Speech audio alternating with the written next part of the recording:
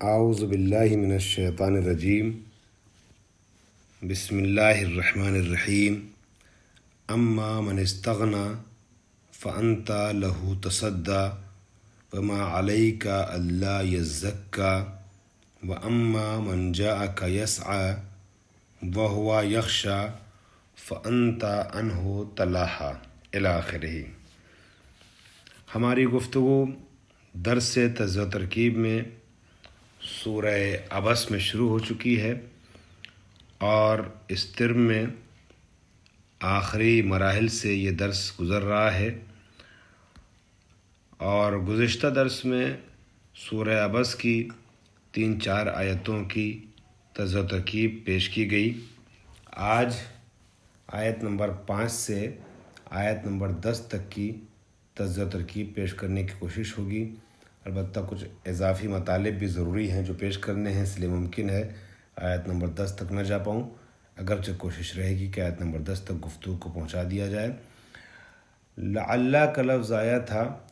گزشتہ آیات میں، اس لعل کے سلسلے میں آپ ایک بات سماعت فرما لیجئے۔ آیت آپ کے ذہن میں محفوظ ہوگی، جو ابن ام مکتوم کا تذکرہ چل رہا تھا اور یہ بیان کیا گیا تھا وَمَا يُدْرِيكَ لَعَلَّهُ يَزَّكَّىٰ، آپ کیا جانیے یا تم کیا جانو شاید کہ وہ پاکیزہ نفس ہو جاتا اور جو تمہارے پاس آیا تھا ہدایت طلب کرنے کے لیے وہ رستگار ہو جاتا، ہدایت یافتہ ہو جاتا۔ یہاں جو لفظ لعل آیا ہے، لعل کے لیے بیان کیا گیا ہے کہ لعل کے 3 معانی ہیں۔ اس میں سے پہلا معنی جو سب سے زیادہ مشہور معنی ہے اور مستعمل معنی ہے وہ ہے توقع اور ترجی۔ توقع کیا ہے؟ محبوب کی ترجی، محبوب کے لیے امیدوار ہونا اور اشتیاق پیدا کرنا اور ناپسند چیز سے دوری کی خواہش کا اظہار کرنا، اس معنی کو پیش کرنے کے لیے لعل کا استعمال کیا جاتا ہے، جیسا کہ کہا گیا ہے لعل الحبیب واصل، ممکن ہے یا ہو سکتا ہے دوست آ جائے۔ یہاں پر جو لعل ہے یہ لعل توقع کے معنی میں اور ترجی کے معنی میں ہے۔ میں نے آپ لوگوں سے اس کے پہلے گزشتہ 2-3 درس میں بیان کیا تھا، میں ایسے محل میں ہوں، ایسی جگہ ہوں اس وقت کہ جہاں مسلسل پروگرام چل رہے ہیں، اور اسی دوران درس کی اہمیت کو دیکھتے ہوئے وقت نکال کر کے آپ کی خدمت میں درس ارسال کر رہا ہوں، لہٰذا کچھ ایکسٹرا آوازوں کے اعتبار سے آپ کے لیے خلل اندازی ایجاد ہو سکتی ہے، لیکن میں سمجھتا ہوں کہ اصل مطالب آپ تک پہنچ جائیں گے۔ تو یہاں جو ہے وہ مثال میں نے آپ کے سامنے پیش کی، لعل الحبیب واصل، شاید کہ دوست آ جائے، ٹھیک ہے، یا آنے والا ہے۔ یہ لعل توقع اور امید کے معنی میں ہے، اور یہ لعل جو ہے وہ مخصوص ہوتا ہے ممکنات سے، برخلاف لیتا کے۔ آپ نے سنا ہے کہ لیتا اور لعل یہ دونوں حروف مشبہ بالفعل میں سے ہیں، اور دونوں میں امید کی گفتگو ہوتی ہے، توقع کی بات کی جاتی ہے، لیکن لیتا عام طور پہ غیر ممکنات کے لیے استعمال ہوتا ہے اور لعل عام طور پہ ممکنات کے لیے استعمال ہوتا ہے۔ لیتا کے لیے کہتے ہیں، مثال بہت مشہور مثال ہے، لیت الشباب یعودنا، کاش کہ جوانی پلٹ کے آتی تو ہم اس کو بتاتے، فاخبرنا، ہم اسے بتاتے، باخبر کرتے کہ ما فعل بنا الشیب، بڑھاپے نے ہمارے ساتھ کیا کیا ہے۔ تو یہ جوانی جو ہے پلٹ کر آنے والی چیز نہیں ہے۔ نا امید ہو جاتا ہے انسان جس آرزو سے، جس تمنا سے، جس کے ہونے کا امکان نہیں ہوتا ہے، اس آرزو کو کرنے والا انسان جب لفظ بولنا چاہتا ہے تو لیتا کا استعمال کرتا ہے، جیسا کہ میں نے عرض کیا لیتا الشباب یعودنا، کاش کہ جوانی پلٹ کے آتی، اور جوانی پلٹ کے آنے والی چیز نہیں ہے۔ لعل جو ہے وہ ممکنات کے لیے استعمال ہوتا ہے، جیسے کہ اس مثال میں لعل الحبیب واصل۔ اس کا دوسرا معنی لعل کا ہے تعلیل۔ یہ لعل تعلیل کے لیے استعمال ہوتا ہے، شاید کہ ایسا ہو جاتا، علت یعنی تاکہ ایسا ہو جائے، ہے نا، تاکہ ایسا ہو جائے، یہ کہیے آپ، شاید نہیں، تاکہ ایسا ہو جائے، کیونکہ، تاکہ، تعلیل اس لیے کہ جیسے پروردگار عالم کا یہ قول فقولا لہ قولا لینا لعلہ یتذکر او یخشی، آپ دونوں جائیے اور جانے کے بعد اس فرعون سے، اس متکبر سے نرمی کے ساتھ باتیں کیجیے، اپنی بات رکھیے تاکہ وہ متذکر ہو جائے، وہ سیکھ لے، وہ کچھ سمجھ لے یا خوف زدہ ہو جائے، خشیت اختیار کر لے، یعنی اپنی بات کہیے تاکہ وہ مان جائے۔ یہ لعلہ جو ہے یہ لام کے معنی کو، علت کے معنی کو بمعنی لام تعلیلیہ استعمال کرنے کے لیے رکھا گیا ہے، لعلہ یتذکر او یخشی۔ تیسرا معنی استفہام کا ہے، لعلہ میں استفہام کا معنی پایا جاتا ہے، ٹھیک ہے، اور اس معنی، یہ معنی بہت عام نہیں ہے، کوفیوں نے زیادہ تر جو ہے وہ اس معنی کو بیان کیا ہے، استفہام کے معنی کو۔ اس کی مثال یہ دی جا سکتی ہے، پروردگار عالم کا یہ قول سورہ طلاق میں لا تدری لعل اللہ یحدث بعد ذلک امرا، طلاق دینے والے سے خطاب کرتے کہا گیا ہے کہ تم کو پتہ نہیں ہے کہ پروردگار اس کے بعد کیا کرے گا، تم کیا جانو کیا کرے گا، تمہیں پتہ ہے کہ وہ کیا کرے گا؟ کہیں نہ کہیں سے سوالیہ انداز چھپا ہوا ہے، یعنی ہو سکتا ہے خداوند عالم اور طلاق کے بعد رجعت کی کوئی صورت نکال دے، کوئی صورت فراہم کر دے۔ تو یہاں پر جو لعلہ استعمال ہوا ہے وہ استفہام کے لیے استعمال ہوا ہے۔ بہرحال تو جو عرض کرنا تھا کہ لعلہ 3 معنی میں استعمال ہوتا ہے، توقع یعنی ترجی، تعلیل اور استفہام، لیکن کثیر الاستعمال جو ہے وہ توقع اور ترجی کے معنی میں ہے۔ اور شاید کہ ایسا ہو جاتا، امید ہے کہ ایسا ہو جاتا۔ اور اس کے بعد اب آئیے آج کی آیات پہ، اما من استغنا فانت لہ تصدی۔ یہاں اما جو ہے نا، اما حرف شرط اور حرف تفصیل کہلاتا ہے، من موصول ہے، اور یہ استغنا اس کا صلہ ہے، من استغنا میں بھی اعلال واقع ہوا ہے، من موصول محل رفع میں ہے چونکہ مبتدا واقع ہو رہا ہے یہ، اور استغنا بہرحال اس کی خبر ہے، کس کی؟ من موصول کی کہ جو مبتدا ہے، بلکہ اب اس کو صلہ کہہ دیں، استغنا کو بھی صلہ کہیں۔ فا جو ہے وہ فا رابطہ ہے، انتا یہ مبتدا ہے، تصدی خبر ہے انتا کی،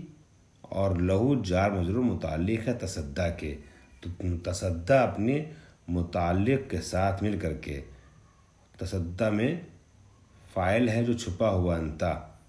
اور وہ فاعل جو ہے اس سے مراد وہی انتا ہے جو پہلے مبتدا کی شکل میں گزر چکا ہے، اور لہو جار مجرور متعلق تصدی کے، تو تصدی اپنے متعلق کے ساتھ مل کر کے خبر واقع ہوگا انتا مبتدا کے لیے۔ اور اس کے بعد پھر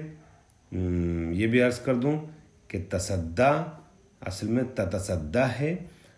باب تفاعل میں نے پہلے بھی عرض کیا، جب 2 تے اکٹھا ہوتے ہیں تو ایک تے کا حذف کرنا تخفیفاً جائز ہے، لہٰذا یہ تصدی ہو گیا ہے بجائے تتصدی کے۔ وما علیکا میں واو حالیہ بھی کہہ سکتے ہیں، ایک احتمال عاطفہ کا بھی ہے، لیکن بہتر یہ ہے کہ حالیہ آپ بولیں، واو حالیہ ہے، ما مائے نافیہ ہے، اور علیکا جار مجرور خبر مقدم ہے، اور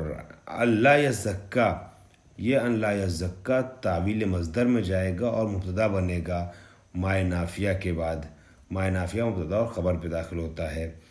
اور یہ ان لا یتزکا، ان لا یزکا کیسے ہے؟ ان موصول حرفی ہے،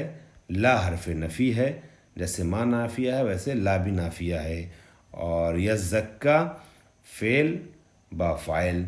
اور جب یہ تعویل مصدر میں جائے گا تو عدم تزکیہ ہو جائے گا، لا یزکا یعنی عدم تزکیہ، تو اس طریقے سے ہوگا وما عدم تزکیتہ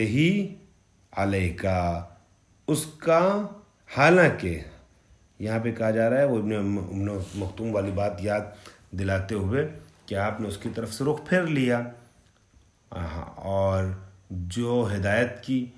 آرزو میں نہیں ہے، ہدایت کو لے کر کے بے پرواہ ہے، اما من استغنا، بے فکر ہے، فانت لہ تصدی، آپ اس کے لیے بہت فکر مند ہیں، وما علیک الا یزکا، حالانکہ اگر وہ ہدایت نہ پائے تو آپ کے اوپر اس کا کوئی بوجھ نہیں ہے، آپ کے اوپر اس کا کوئی الزام نہیں دیا جائے گا، کوئی حرج نہیں ہے، آپ کی اس کی کوئی ذمہ داری نہیں ہے۔ اگر یہ ہدایت قبول کرے تو واہ واہ، نہیں قبول کرے تب بھی کوئی بات نہیں، لیکن وہ جو دور سے آیا وہ اما من جا کے ایسا، لیکن وہ جو خود آیا ہے آپ کے پاس سعی کرتے ہوئے دور سے تیزی سے اور ہدایت کی تمنا میں، وہ یکشا، اور وہ خدا سے خوفزدہ بھی تھا، فانت عنہ تلاہا، آپ نے اس سے منہ پھیر لیا، آپ نے اس سے رخ پھیر لیا۔ گویا آپ کے لیے بہت ہی اہم جو ہے وہ انسان ہونا چاہیے کہ جو ہدایت کی تمنا میں آپ کے پاس آیا اور اس کے ہدایت پانے کے امکانات زیادہ ہیں بنسبت اس کے کہ جو صاحب حیثیت ہے ظاہری اعتبار سے، اور ہدایت پانے کے امکان کم ہیں لیکن آپ پوری کوشش اس کے لیے کر رہے ہیں۔ بہرحال اگر نبی سے خطاب ہے تو ہم اس طریقے سے محترمانہ انداز میں گفتگو کریں گے کہ جو دوسرا احتمال تھا کہ نبی نے، البتہ یہ احتمال میں نے عرض کیا تھا یہ اہل سنت کی طرف سے ہے، لیکن اس میں ایک رخ مثبت پایا جاتا تو جو میں نے پہلے پیش کر دیا ہے، اور تفسیر کے درس میں نے بیان کیا ہے بعض خواہران کے لیے اور احباب کے لیے۔ بہرحال تو پیغمبر اکرم کی شان کے خلاف بہرحال یہ بھی نہیں ہے کہ اگر رؤسائے عرب کو دیکھ کر کے پیغمبر اکرم اس فکر میں تھے کہ یہ لوگ ایمان لے آئیں، اور پیغمبر حریص تھے، مطلب یعنی حریص بمعنی مثبت، یعنی بہت زیادہ پیغمبر کو شوق تھا کہ ایمان لے آئیں، چونکہ ان کے ساتھ بہت سے لوگ ایسے ہیں کہ جو ان کے پیچھے چل رہے ہیں وہ بھی ایمان لے آئیں گے،